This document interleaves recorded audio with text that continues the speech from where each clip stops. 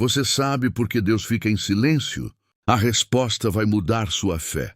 Você já orou por dias, semanas, talvez meses, e teve a sensação de que Deus simplesmente não respondeu?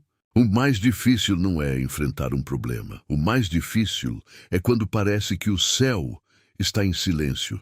Mas e se eu dissesse que o silêncio de Deus pode ser um dos maiores sinais de que Ele ainda está trabalhando na sua vida? Hoje você vai entender algo que fortaleceu a fé de grandes homens e mulheres da Bíblia. E se você chegar até o final deste vídeo, eu acredito que sua forma de orar nunca mais será a mesma. O silêncio não significa ausência. Vamos começar com a história de José. José era o filho favorito de Jacó. Tinha sonhos, tinha propósito, sabia que Deus tinha algo grande reservado para ele. Mas do dia para a noite tudo mudou. Foi traído pelos próprios irmãos, jogado em um poço, vendido como escravo e levado para uma terra estranha. Imagine o que passava pela cabeça dele. Deus, eu tive um sonho. Eu acreditei que era teu plano. Onde você está agora? Durante anos, José trabalhou como escravo. Depois foi preso injustamente, mesmo tendo agido com integridade. Anos, não foram dias. Não foram semanas, foram anos de silêncio aparente. Mas aqui está o ponto que muita gente esquece. Enquanto José esperava, Deus estava preparando o cenário inteiro. Estava preparando o Egito, preparando o coração dos irmãos dele, preparando uma fome que mudaria a história de uma nação inteira. O silêncio de Deus não era abandono, era bastidores. Às vezes, nós confundimos a ausência de uma resposta com a ausência de Deus. Mas Ele pode estar profundamente ativo exatamente nos momentos em que parece mais distante. Deus também ficou em silêncio com Davi. Agora pensa em Davi. Ele foi ungido rei por Samuel ainda jovem, ainda pastor de ovelhas. Aquele foi o momento em que Deus disse de forma simbólica: "Este é o escolhido." E o que aconteceu depois disso? Davi foi viver no palácio? Foi coroado no dia seguinte? Não. Ele passou anos sendo perseguido pelo próprio rei Saul, anos se escondendo em cavernas, fugindo no deserto, vivendo como fugitivo, mesmo sabendo que a promessa de Deus sobre sua vida já tinha sido dita. Você consegue imaginar a tensão disso? Saber que Deus prometeu algo e viver exatamente o oposto daquilo na prática. Mas esse tempo de espera não foi tempo perdido. Foi tempo de formação. Foi no deserto, fugindo, que Davi aprendeu a depender de Deus e não das circunstâncias. Foi ali que ele escreveu boa parte dos salmos que até hoje consolam pessoas como você e eu. O silêncio, para Davi, não foi castigo.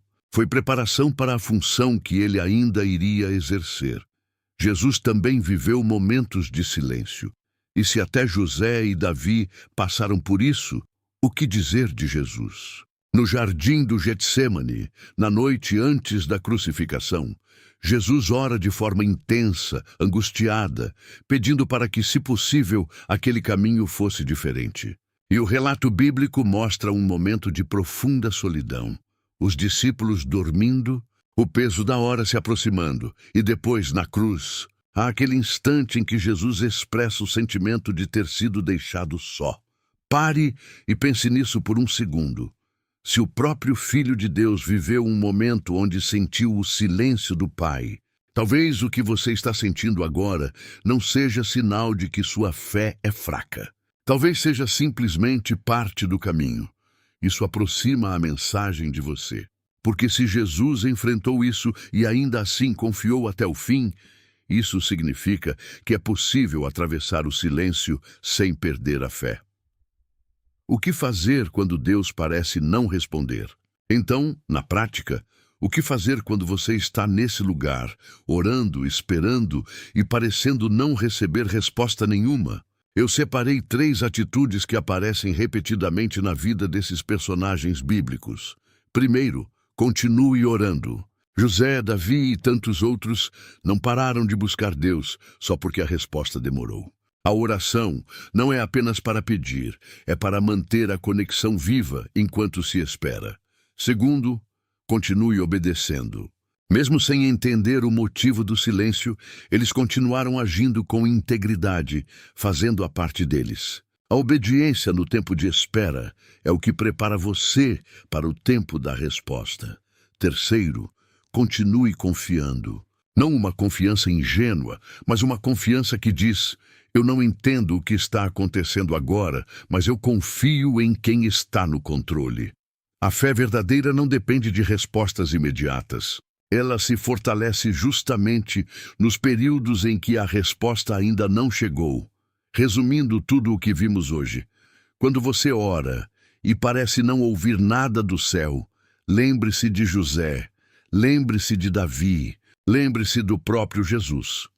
E entenda uma coisa importante: Deus normalmente responde de 3 formas.